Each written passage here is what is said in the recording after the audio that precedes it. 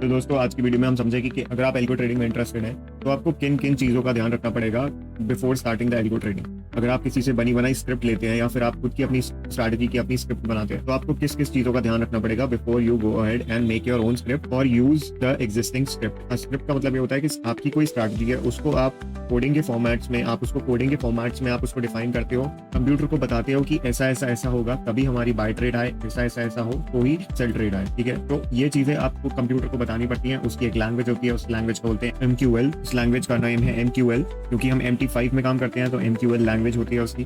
तो हम समझ लेते हैं किन किन चीजों का आपको ध्यान देना पड़ेगा। फर्स्ट, एल्गो ट्रेडिंग होती है। एल्गो ट्रेडिंग ये होती है कि ऑटोमेशन ट्रेडिंग होती है। अगर आपकी स्ट्रैटेजी वो हिट करेगी, कंप्यूटर आपकी स्ट्रैटेजी हिट करेगा। फॉर एग्जांपल हमने सेट कर रखा है कि मूविंग एवरेज जब क्रॉस होगा मूविंग एवरेज 50 से तो हमारी बाय ट्रेड आए। तो जैसे ही मूविंग एवरेज 50 क्रॉस होगा 20 से तो बाय ट्रेड आएगी। ऐसा ही सेल के लिए होगा। ये सिर्फ एक एग्जांपल है, तो इसको बोलते हैं हम ऑटोमेशन ट्रेडिंग। अपने आप ट्रेड्स होती हैं, कंप्यूटर अपने आप ट्रेड्स लेता है। अगर आपकी स्ट्रैटेजी जो आपने स्ट्रैटेजी फीड करी हुई होती है, जो आपने स्ट्रैटेजी कंप्यूटर में फीड करी होती है, वही स्ट्रैटेजी अगर आपकी हिट हो जाती है चार्ट्स पे तो आपकी ट्रेड आ जाएगी।